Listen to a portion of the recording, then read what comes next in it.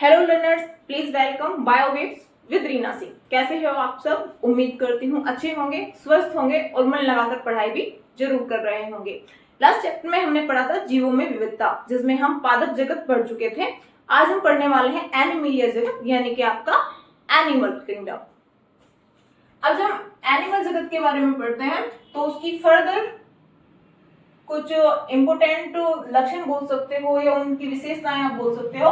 तो सिंपल आप दो वर्ड्स में से एक्सप्लेन कर सकते हो कि इसमें लगभग जितने भी जीव आते हैं वो सब यूकैरियोट्स होते हैं, बहुकोशिकीय होते हैं और विषमपोषी होते हैं। विषमपोषी जो अपना भोजन खुद ना बनाकर दूसरे जीवों या पेड़ पौधों से प्राप्त करते हैं। ठीक है, अब फर्दर एनिमलिया जो जगत है उसे कई संघ में डिवाइड किया गया है या कई फाइलम में डिवाइड किया गया है, जिसमें सबसे पहले बनाता है पोरीफेरा। पोरीफेरा में जो आप इसके लक्षण पढ़ेंगे, पोरीफेरा के लक्षण कुछ इस तरीके से होंगे कि ऊतक रहित होते हैं, मतलब इनमें टिश्यूज नहीं पाए जाते।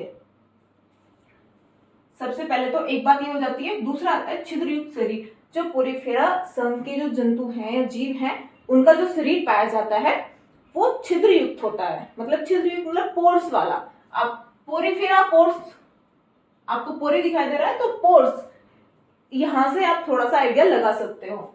छिद्रयुक्त शरीर होगा, अचल यानी कि नॉन मोटाइल होंगे, एक स्थान से दूसरे स्थान पर नहीं जा सकते। इस वजह से ये किससे चिपक कर रहते हैं, जैसे कि आपका रॉक्स हुई, आपकी चट्टानें हुई, आपके लकड़ी के स्लीपर्स हुए या फिर कुछ और पत्थर हुए, ये उसे as a aadhaar, as a base use करते हैं और उसके ऊपर चिपक कर रहते हैं। ठीक है, देन नाल प्रणाली उपस्थित होती है और शरीर ऊतकीय विभेदन अनुपस्थित होता है। अब ऊतकीय विभेदन अनुपस्थित होता है, इसी से आप आइडिया लगाओ कि इसमें जो इसका श्वसन तंत्र हो गया, पाचन तंत्र हो गया, उत्सर्जन तंत्र हो गया, एंड तंत्रिका तंत्र यानी कि नर्वस सिस्टम जो आपका होता है वो इसके अंदर नहीं पाया जाता। ये जो इन तंत्रों के जितने भी कार्य हैं वो सब कौन करता है? नाल, कैनाल प्रणाली सिस्टम इसमें उपस्थित होता है। तो इसी के थ्रू और इन पोर्स के थ्रू ही उत्सर्जन, पानी का संवहन और भोजन का कंडक्शन, ये सब जो काम होते हैं वो इन छिद्रों के द्वारा और इस नाल प्रणाली सिस्टम की वजह से होते हैं। ठीक है, अगर इसके आप एग्जांपल्स की बात करें तो साइकॉन इसका सबसे बेस्ट एग्जांपल रहेगा, and then यूस्पोंजिया।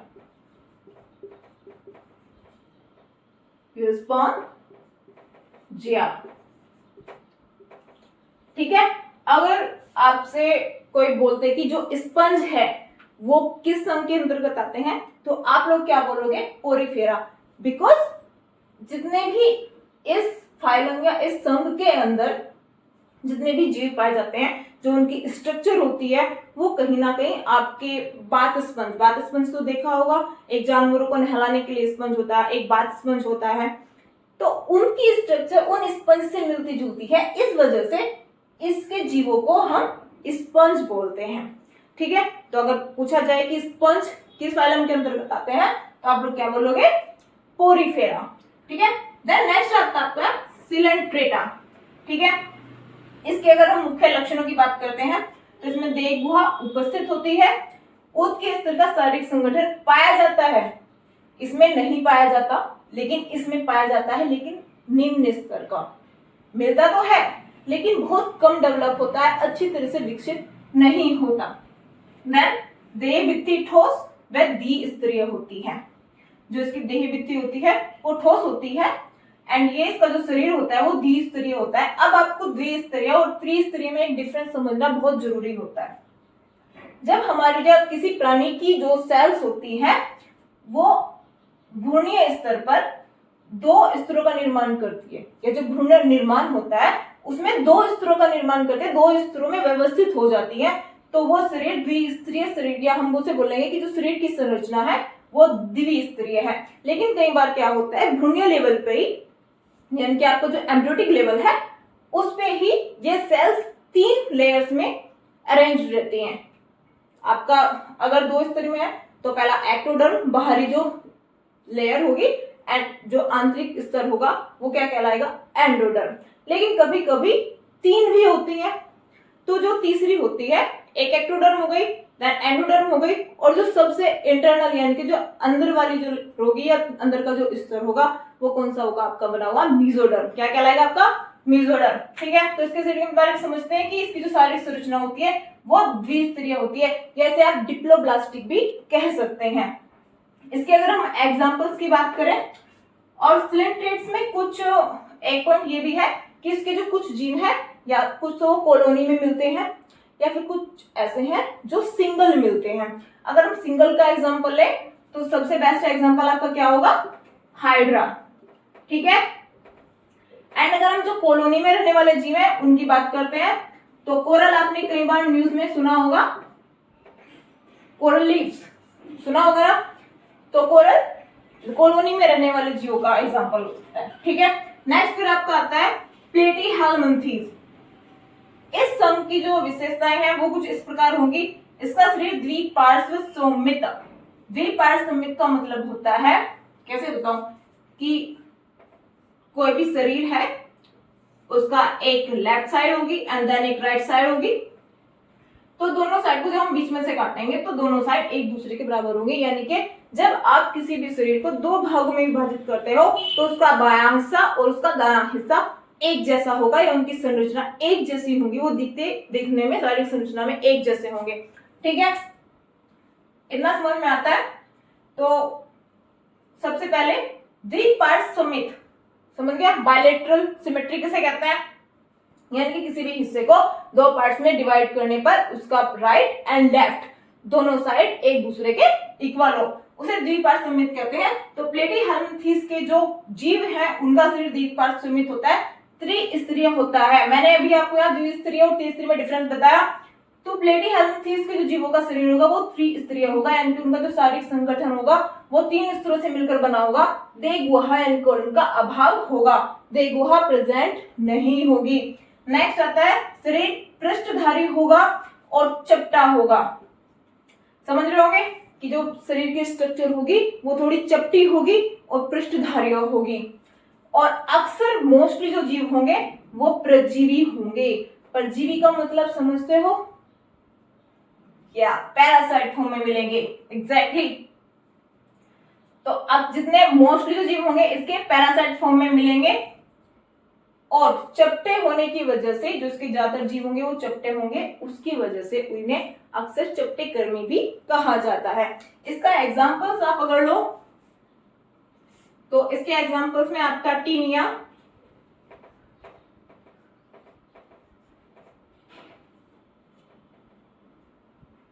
And liver fluke.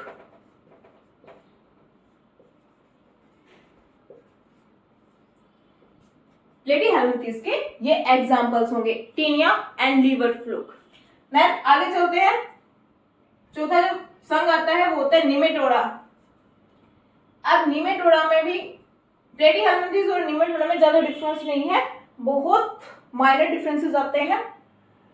तो एक बार ध्यान से देखो, निमेटोडा में जो शरीर होगा वो द्विपार्श्व सममित यानी कि बायलैटरल सिमेट्री पाई जाएगी, एंड त्रिस्तरीय शरीर, ये चीज इसकी प्लेटीहेल्मिन्थीज से मैच कर रही है। ध्यान से देखो, मैंने कहा ना डिफरेंस है बट बहुत ही माइनर डिफरेंस होगा। तो द्विपार्श्व सममित शरीर पाया जाएगा, त्रिस्तरीय शरीर पाया जाएगा, और इसका जो मेन फीचर है आभासीय देह गुहा पाई जाएगी, यानी कि जो कोलम पाई जाएगी वो आभासी होगी, ट्रू नहीं होगी या वास्तविक देह गुहा नहीं होगी। ध्यान रखना इस चीज को। मतलब अगर हम निमेटोडा का कुछ मेन पॉइंट याद रख सकते हैं तो वो ये है कि इसमें वास्तविक देह गुहा प्रेजेंट नहीं होती, उसकी जगह कौन सी देह गुहा प्रेजेंट होती है, आभासी देह गुहा प्रेजेंट होती है, और मोस्टली परजीवी होते हैं या फिर दूसरे जीवों के शरीर में जाकर उन्हें इन्फेक्टेड करते हैं। ठीक है, इसके आप एग्जांपल्स ले सकते हो, एस्केरिस, ठीक है। नेक्स्ट आपका आता है एनीलिडा। एनीलिडा का नाम आते ही ना आपको अपने जहन में ऑटोमेटिक केंचुआ, अपने अर्थवर्म देखे होंगे, अक्सर कृषि में या एग्रीकल्चर में बहुत हेल्पफुल होते हैं। तो अब जब भी एनीलिडा का नाम लो तो अपने माइंड के अंदर सेट कर लो कि जो केंचुआ है ना ये उस वाले फाइलम से बिलोंग करता है। ठीक है। और जब आप केंचुए को स्ट्रक्चर आपको अपने अक्सर जो हमारे गांव से लोग बिलोंग करते हैं उन्होंने अक्सर केंचुए को जरूर देखा होगा। तो जब केंचुए की स्ट्रक्चर याद करोगे ना तो आपको खुद ब खुद इसके लक्षण ऑटोमेटिकली अपने माइंड में याद आते चले जाएंगे। तो हम एनिलिडा की जो प्रॉपर्टीज है वो देख लेते हैं। शरीर द्विपार्श्विक और त्रिस्तरीय होता है, ठीक है। बाकी की तरह ही शरीर त्रिस्तरीय होगा एंड द्विपार्श्विक होगा और वास्तविक देह गुहा उपस्थित होगी। ध्यान दो, निमेटोडा में आभासी देह गुहा थी और एनिलिडा में वास्तविक देह गुहा है, ठीक है। मैं लक्षण देखो, द्विपार्श्विक तो त्रिस्तरीय शरीर होगा, वास्तविक देह गुहा प्रेजेंट होगी, अंग तंत्र विकसित होगा। ये वाली चीज देखो, इसमें जो शारीरिक इसका संगठन होगा वो ऊत के स्तर पर बना होगा और जब ऊत के स्तर पर बना होगा तो ऑटोमेटिक सी बात है कि अंग तंत्र भी प्रेजेंट होंगे। अंग तंत्रों में शरीर डिवाइड रहेगा और इसी की वजह से उसके शरीर के सिर से लेकर उसके पूंछ वाले हिस्से तक या उनके लास्ट वाले एंड वाले हिस्से तक जो अंग है वो फर्दर डिवाइड रहेंगे बाय सेगमेंटेड या खंडों में विभक्त रहेंगे, ठीक है। बंद परिसंचरण तंत्र पाया जाएगा, ठीक है। बंद परिसंचरण का मतलब है कि जो आपका ब्लड है या रक्त है वो वाहिकाओं के थ्रू होकर पूरे शरीर में प्रवाहित होगा। ये इसका मोस्ट इंपोर्टेंट फीचर्स हैं, ध्यान रखना। अगर हम एग्जांपल्स की बात करें तो अभी मैंने बताया केंचुआ, ठीक है। इनके एग्जांपल्स जरूर याद रखना। देन आपका आता है ऑर्थोपोडा। ऑर्थोपोडा एनिमिलिया जगत यानी कि जंतु जगत का बहुत बड़ा संघ है। जब हम इसके लक्षणों के बारे में बात करते हैं तो शरीर द्विपार्श्विक वही बायलेटरल सिमेट्री पाई जाती है, खंड युक्त होता है यानी कि सेगमेंटेड होता है, सेगमेंट्स में डिवाइड रहता है, खुला परिसंचरण तंत्र पाया जाता है यानी कि ब्लड को बहने के लिए किसी वाहिकाओं की जरूरत नहीं होती, ब्लड देह गुहा के अंदर भरा होता है, ठीक है। अगर इसके एग्जांपल्स लें तो इसके एग्जांपल्स में आपका कॉकरोच और बिच्छू, ठीक है, ये इसके एग्जांपल्स रहेंगे। और जो इसमें उपांग यानी कि पैर पाए जाते हैं वो कई जोड़ी होते हैं, उनकी मतलब से नहीं होती, तो इस चीज का ध्यान रखना, ठीक है। इतना समझ में आता है। नेक्स्ट आपका आता है मोलास्का में क्या होता है। इस संघ में जो जीव होते हैं उनका शरीर द्विपार्श्विक होता है, ठीक है। द्विपार्श्विक अभी बताया, बायलेटरल सिमेट्री होती है, अल्प विकसित देह गुहा होती है। जो देह गुहा होती है वो अल्प विकसित होती है, खुला संवहन तंत्र होता है और इसका एक स्पेसिफिक जो लक्षण है कि जो शरीर है वो कवच के अंदर बंद रहता है, ठीक है, कवच के अंदर बंद रहता है, या आप बोल सकते हो कि कवच इनके शरीर पर मौजूद रहता है, प्रेजेंट रहता है। इसके अगर एग्जांपल्स के बारे में बात करते हैं तो इसके एग्जांपल्स होंगे पाइला या फिर यूनियो। यूनियो को आप अक्सर सीपी भी बोलते, यूनियो को आप अक्सर क्या बोलते हैं, सीपी भी बोलते हो, ठीक है। नेक्स्ट आपका आता है इकाइनोडर्मेटा। अब इसमें देखो डर्मेटा, डर्मेटा मतलब कुछ याद आ रहा है, डर्मेटा मीन्स स्किन, ठीक है। जब स्किन की बात हुई है तो साधारण सी बात है कि स्किन से रिलेटेड कुछ तो स्पेसिफिक लक्षण होगा। इकाइनोडर्मेटा जो संघ है उसमें जो उसके जीव होते हैं उसकी त्वचा कांटों से ढकी होगी, यानी कि जो स्किन होती है वो कांटों से ढकी होती है। मोस्टली जो इसके जीव है उनमें ये वाला लक्षण प्रेजेंट होता है। देन देह गुहा प्रेजेंट होती है, जल संवहन नाल तंत्र मौजूद होता है, यानी कि जल के अंदर आने और शरीर से बाहर जाने के लिए नाल तंत्र मौजूद रहेगा, ठीक है। इसके अगर हम एग्जांपल्स की बात करें तो इसके एग्जांपल्स में आती है स्टारफिश, ठीक है, जिसे आप तारामीन भी बोलते हो या सितारा मछली आप जिसे बोल सकते हो। तो स्टारफिश इसका एग्जांपल है और इसका एक लक्षण हो रहा है कि जो इसके जीवों का जो शरीर होता है वो कैल्शियम कार्बोनेट से बना होता है, ठीक है। शरीर किस चीज से बना होता है, कैल्शियम कार्बोनेट से। ये एक इसका स्पेसिफिक लक्षण है। नेक्स्ट बात करते हैं प्रोटोकोर्डेटा। प्रोटोकोर्डेटा में जो इसके जीव होते हैं उनका द्विपर सिमेट्री पाई जाती है। द्विस्तरीय, जो उसके विभाजन होता है वो त्रिस्तरीय होता है, यानी कि एक्टोडर्म, एंडोडर्म और मेसोडर्म में डिवाइड रहता है। और जो स्पेसिफिक जो लक्षण है वो क्या है, नोटोकॉर्ड का प्रेजेंट होना। अब तक हमने जितने भी संघ पढ़े उनमें कहीं भी नोटोकॉर्ड का जिक्र नहीं आता। ठीक है, प्रोटोकोर्डेटा जो संघ है उसके जीवों में नोटोकॉर्ड उपस्थित होती है। अब नोटोकॉर्ड क्या होती है, आकार की होती है और जीवों में अक्सर डोर्सल सरफेस पे प्रेजेंट होती है। और मेन फंक्शन क्या है कि तंत्रिका तंत्र को आहर नाल से अलग रखती है। सेकंड होएगा कि पेशियों को जुड़ने के लिए स्थान प्रदान करती है।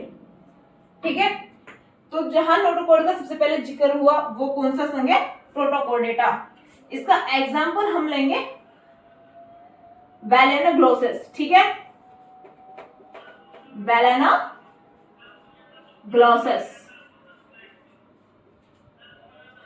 इतना समझ में आता है बेटा, जिसे आप क्या बोल सकते हो, कशेरुकी।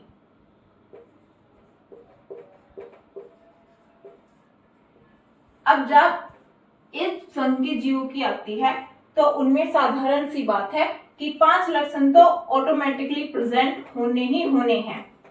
ठीक है, अब वो 5 लक्षण कौन से हैं? सबसे पहले इसके नाम से शुरुआत करते हैं, कशेरुकी होते हैं तो कशेरुक दंड प्रेजेंट होगा, कशेरुक दंड या फिर मेरुरज्जु जिसे आप बोल सकते हैं, ये उपस्थित होगा। नंबर 2, नोटोकॉर्ड प्रेजेंट होगी।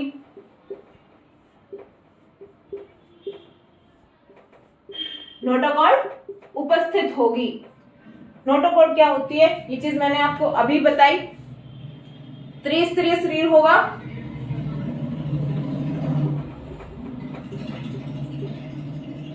त्रिस्तरीय शरीर होगा, देह गुहा उपस्थित होगी,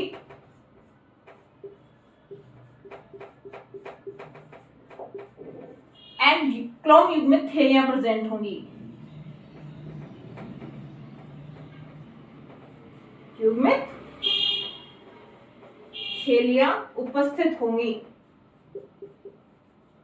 ये वर्टिब्रेटा के 5 लक्षण हैं। जहां ये 5 लक्षण प्रेजेंट है मतलब वो कशेरुकी जीव या कशेरुकी संघ से बिलोंग करता है। ठीक है, सबसे पहला कशेरुक दंड या मेरुरज्जु का होना, नोटोकॉर्ड उपस्थित होना, त्रिस्तरीय शरीर होना यानी कि जो शरीर की कोशिकाएं हैं वो 3 स्तरों में व्यवस्थित होना। बाहर वाले स्तर को क्या बोलोगे, एक्टोडर्म, अंदर वाले को क्या बोलोगे, एंडोडर्म, और सबसे अंदर वाले को क्या बोलोगे, मेसोडर्म, यानी कि शरीर का 3 स्तरों में विभाजित हो जाना। नंबर 4, देह गुहा का प्रेजेंट होना या उपस्थित होना। नंबर 4, युग्मित क्लोम थैलियां। ठीक है, युग्मित क्लोम थैलियों का प्रेजेंट होना। ठीक है, जहां ये 5 लक्षण प्रेजेंट होंगे वो वर्टिब्रेटा से बिलोंग करता है। थैली का उपस्थित होना। ठीक है, अब फर्दर क्या कशेरुकी है उसे फर्दर कुछ पार्ट्स में डिवाइड किया गया है। Number 1, Cyclostomata. ठीक है, साइक्लोस्टोमेटा में जो जीव होंगे उसकी विशेषताएं कुछ इस तरीके से होंगी। जबड़े रहित कशेरुकी है, मतलब जो इसके अंदर कशेरुकी है वो जबड़े रहित होंगे और उन जीवों के अंदर जबड़ा नहीं प्रेजेंट होगा। देन सल्क रहित चिकनी त्वचा का पाया जाना, त्वचा जो या स्किन जो मिलेगी वो सल्क रहित होगी, यानी कि उसके ऊपर सल्क नहीं पाए जाएंगे और थोड़ी चिकनी होगी। ठीक है, देन मोस्टली परजीवी के रूप में पाए जाते हैं, यानी कि दूसरे को आधार बनाकर अपना भोजन प्राप्त करना, जैसे कि पेट्रोमाइजिन एंड मिक्सिन इसके 2 बेस्ट एग्जांपल्स हैं। पेट्रोमाइजिन को अगर आप देखो कहीं कहीं आपको लैम्प्रे करके भी मिलेगा। ठीक है, पेट्रोमाइजिन को लैम्प्रे भी कहा जाता है। नेक्स्ट आपका आता है मत्स्य ग्रुप, इसे अक्सर फिशिस ग्रुप कहा जाता है। इसमें जितनी आपकी मछलियां हैं वो सारी, एक व्हेल को छोड़कर इसमें आपकी सारी मछलियां प्रेजेंट होंगी। यानी जो मत्स्य संघ है उसके अंदर आपकी सारी फिश को रखा गया है। उनकी विशेषताएं क्या है, जब वो मत्स्य और फिशिस ग्रुप है, नाम से आप आइडिया लगा सकते हैं एक मछली की स्ट्रक्चर क्या होती है। सर के शरीर पाया जाता है, यानी कि शरीर के ऊपर सर मौजूद होंगे। पूंछ तैरने में सहायक होगी, मांसल पूंछ होगी जो कि उन्हें तैरने में हेल्प करती है। ठीक है, नेक्स्ट क्लोम या गिल उपस्थित होंगे। किस लिए? क्लोम या गिल्स का क्या काम होता है? श्वसन में हेल्प, यानी कि जो उनका रेस्पिरेशन है उसमें वो हेल्प करेंगी क्लोम्स के द्वारा या फिर गिल्स के द्वारा। हृदय है वो कौन से द्विकक्षीय पाया जाएगा। ठीक है, अक्सर पढ़ा होगा हृदय में चैम्बर्स होते हैं, किसी में 3, किसी में 2 या फिर 4 भी। तो हृदय जो मछलियों में पाया जाएगा वो 2 चैम्बर्स में पाया जाएगा, यानी कि 2 कक्षीय या 2 द्विबेस में पाया जाता है। ठीक है, नेक्स्ट इसमें आप जितनी भी आपकी मछलियां हैं एग्जाम्पल्स में आप यूज कर सकते हो। ठीक है, सभी मछलियां। फिर नेक्स्ट आपका आता है एम्फीबिया या फिर उभयचर। एम्फीबिया या फिर उभयचर, इसके अंतर्गत आपके उन जीवों को रखा गया है जो जल और स्थल दोनों में निवास करते हैं, यानी कि जो जल में भी ऐसे ही रह सकते हैं और अगर उन्हें वो सिचुएशंस अवेलेबल नहीं है तो वो स्थल पर भी अपना जीवन यापन कर सकते हैं। सल्कन उपस्थित होंगे, हृदय द्विकक्षीय होगा, श्वसन जो होगा वो क्लोम या फेफड़े के द्वारा होगा और लगभग सभी अंडे देने वाले जीव मौजूद होंगे। वापस से एम्फीबिया उभयचर किन्हें कहा गया है? इसमें एम्फीबियंस यानी कि जो उभयचर होते हैं वो जीव कौन से होते हैं? जिसमें जीव जल और स्थल दोनों पे अपना जीवन व्यतीत कर सकते हैं।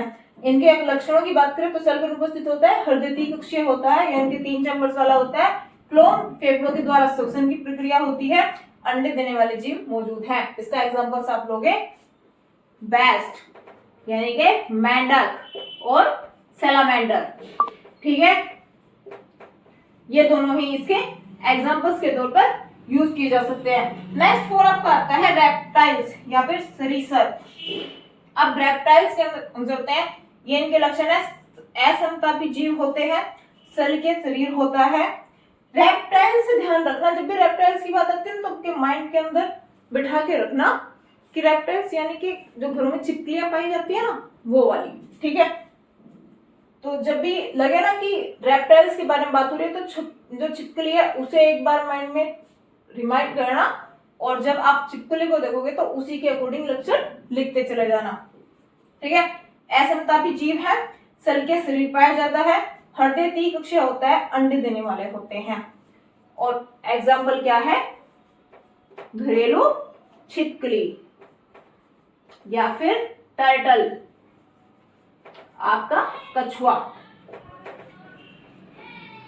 ये इसके एग्जाम्पल्स होंगे। इतना समझ में आता है। 5th क्लास बर्ड ये वो है एविस यानी कि आपका पक्षी। इसमें आपके लगभग सभी पक्षी मौजूद होंगे।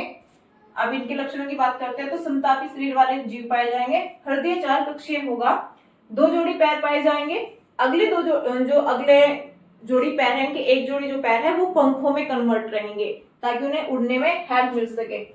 ठीक है, शरीर परों से ढका होगा एंड जो अस्थियां होंगी ना, जो बोन्स होंगी वो बहुत स्पॉन्जी, बहुत हल्की टाइप की होंगी, या उनका शरीर जो होगा, जो उनकी हड्डियां होंगी वो बहुत खोखली होंगी जो उन्हें उड़ने में हेल्प करती हैं। ठीक है, अगर आप कोई पूछे कि चिड़िया उड़ क्यों जाती है या चिड़िया उड़ती है तो उसके पंखों की वजह से और उसकी जो अस्थियां हैं वो खोखली होने की वजह से। ठीक है, जो श्वसन होगा वो फेफड़ों के द्वारा होगा। श्वसन किसके द्वारा होगा? फेफड़ों के द्वारा। एग्जाम्पल्स आप कोई भी ले सकते हो, कबूतर, कुआं यानी कि आपका क्रो। नेक्स्ट आपका आता है 5 नंबर पे 5 या 6 है, ठीक है, जो भी है।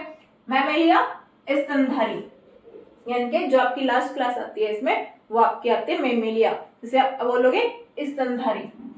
आप स्तनधारी से एक चीज याद दिला दूं, हम जो मनुष्य हैं वो इसी क्लास के अंतर्गत आते हैं, ठीक है। अब जब आपको स्तनधारियों के लक्षण लिखने को जाए तो एक बार मनुष्य को ध्यान में रखकर आप उसके लक्षण को लिख सकते हो, ठीक है। समतापी जीव होते हैं, 4 कक्षीय या 4 वेश में हृदय हमने पाया जाता है। बच्चों के पालन पोषण के लिए, बच्चों के कंप्लीट पोषण के लिए शरीर में दुग्ध ग्रंथियां पाई जाती है। त्वचा पर बाल और तेल ग्रंथियां मौजूद होती हैं। त्वचा पर बाल और तेल ग्रंथियां उपस्थित होती हैं, ठीक है। सभी जीव अंडे देने वाले, सभी जीव बच्चे देने वाले होते हैं, यानी कि सभी स्तनधारी मौजूद रहेंगे। सभी स्तनधारी यानी कि बच्चे देने वाले जीव होंगे।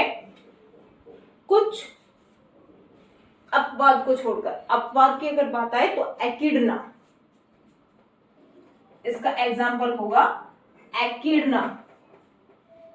ये एक अपवाद है, ये स्तनधारी ही है, बाकी लक्षण इसमें स्तनधारियों वाले ही है, सिवाय इस लक्षण को छोड़कर कि ये अंडे देता है, ठीक है। आपके अगर स्तनधारी की हम बात करते हैं तो स्तनधारी में जो सभी जीव हैं वो बच्चे देते हैं, लेकिन कुछ अपवाद उसमें ऐसे हैं जो अंडे भी देते हैं। बाकी लक्षण उनके सारे स्तनधारियों वाले ही हैं, लेकिन इस एक लक्षण में थोड़ी सी प्रॉब्लम हो जाती है, तो वो वहां अपवाद का काम करते हैं। तो एकिडना एक ऐसा अपवाद है जो बच्चे ना देकर अंडे देता है, ठीक है। और एक स्तनधारी है आपका कंगारू, उसमें कुछ स्पेसिफिक अगर लक्षण की बात करें तो वो अर्ध विकसित बच्चे को जन्म देता है।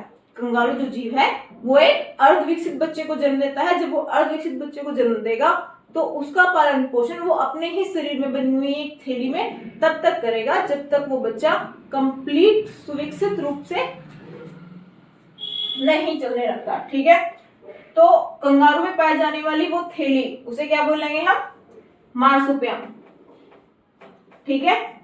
ये कंगारू के शरीर से लगी हुई वो थैली है जिसमें वो अर्धविकसित बच्चे को तब तक रखता है जब तक उस बच्चे का पूरा विकास नहीं हो जाता, ठीक है। समझ में आया? वापस एक बार देख लो मैमेलिया के क्या लक्षण है। समतापी शरीर होगा, 4 कक्षीय हृदय होगा, दुग्ध ग्रंथियां उपस्थित होंगी, शरीर पर बाल या त्वचा पर बाल और तेल ग्रंथियां उपस्थित होंगी, सभी स्तनधारी होंगे यानी कि सभी बच्चे देने वाले होंगे। एकिडना एक अपवाद है जो बच्चे ना देकर अंडे देता है। नेक्स्ट मार्सुपियम क्या है? अगर आपसे शॉर्ट क्वेश्चन में पूछा जाता है मार्सुपियम क्या है, तो मार्सुपियम एक थैली सदृश संरचना है जो कि कंगारू के शरीर में पाई जाती है, जिसमें वो अपने जन्म में अर्धविकसित बच्चे को तब तक रखता है जब तक वो उसका पूरा विकास नहीं देता, ठीक है। इतना समझ में आता है? तो यहाँ पर आपका जो वर्गीकरण है वो खत्म हो जाता है। आप स्तनधारी के अगर एग्जांपल्स की बात करें, 2 एग्जांपल तो यही हो गए, एकिडना और कंगारू। नेक्स्ट आपका आता है मनुष्य, ठीक है। आप इसके एग्जांपल्स में आप मनुष्य को भी रख सकते हो। फिर बात आपका यहाँ पर जो वर्गीकरण है वो खत्म हो जाता है। अब वर्गीकरण से ही जुड़ी एक और बात आती है नाम पद्धति की। जब हम वर्गीकरण करते हैं तो उसमें नाम पद्धति एक इंपॉर्टेंट रोल निभाती है। नाम पद्धति यानी कि नोमेनक्लेचर, नाम पद्धति,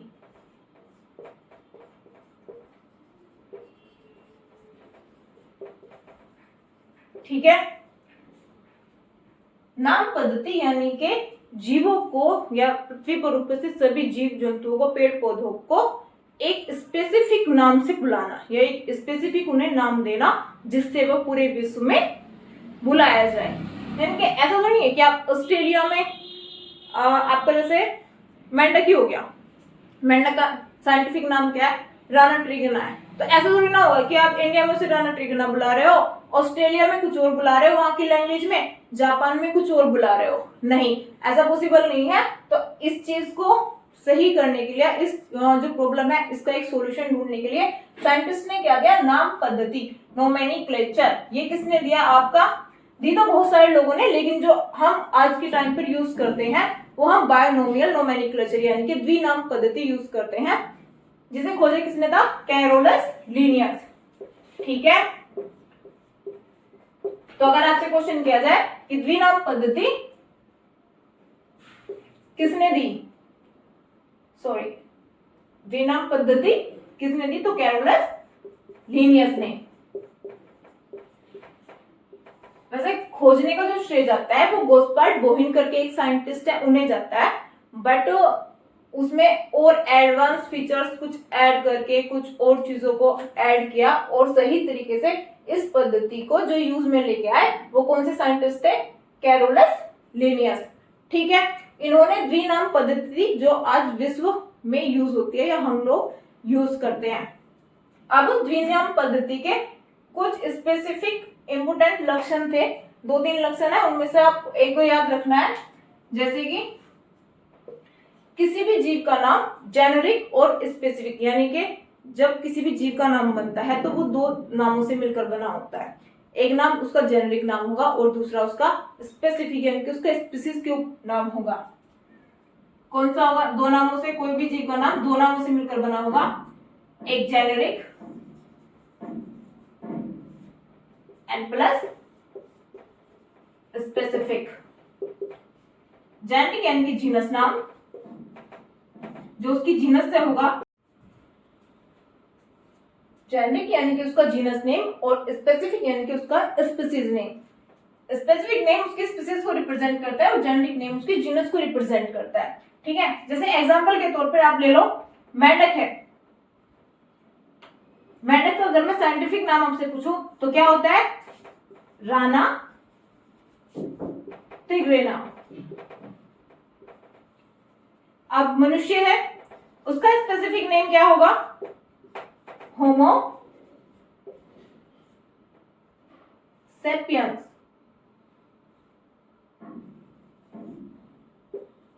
ठीक है, अब राना जो होगा इसका जेनेरिक नाम है मेंढक का, और टिग्रिना इसका स्पेसिफिक नेम है। ऐसे ही मनुष्य का होमो जो नाम होगा वो इसका जेनेरिक नाम होगा, और सेपियंस जो होगा वो इसका स्पेसिफिक नाम होगा। ध्यान रखना, जब जेनेरिक नाम लिखते हैं तो ये एक रूल है कि जेनेरिक नाम का जो पहला अक्षर होगा वो कैपिटल लेटर से बना होगा, और जो स्पेसिफिक नाम यानी कि जो स्पीशीज का नाम लिखेंगे वो स्मॉल लेटर से स्टार्ट होगा। देख रहे हो, हमेशा देखना किसी भी चीज का या किसी भी जीव का जब हम साइंटिफिक नेम देखते हैं तो उसका जो पहला जो नाम है यानी कि जो उसका जेनेरिक नाम है तो उसका पहला लेटर कैपिटल बना होगा, और दूसरा लेटर यानी कि दूसरा जो नाम है उसका स्पेसिफिक नाम है उसका जो दूसरा लेटर होगा वो स्मॉल लैंग्वेज में स्मॉल लेटर से बना होगा। ठीक है, तो यहाँ पर आपकी द्विनाम पद्धति खत्म होती है। अगर आपको सजेशंस देने हैं तो प्लीज कमेंट बॉक्स में लिखकर जरूर बताएं। अगर आपको वीडियो अच्छी लगी है तो वीडियो को सब्सक्राइब करें, लाइक करें और ज्यादा से ज्यादा शेयर करें। और इसी के साथ धन्यवाद, थैंक यू।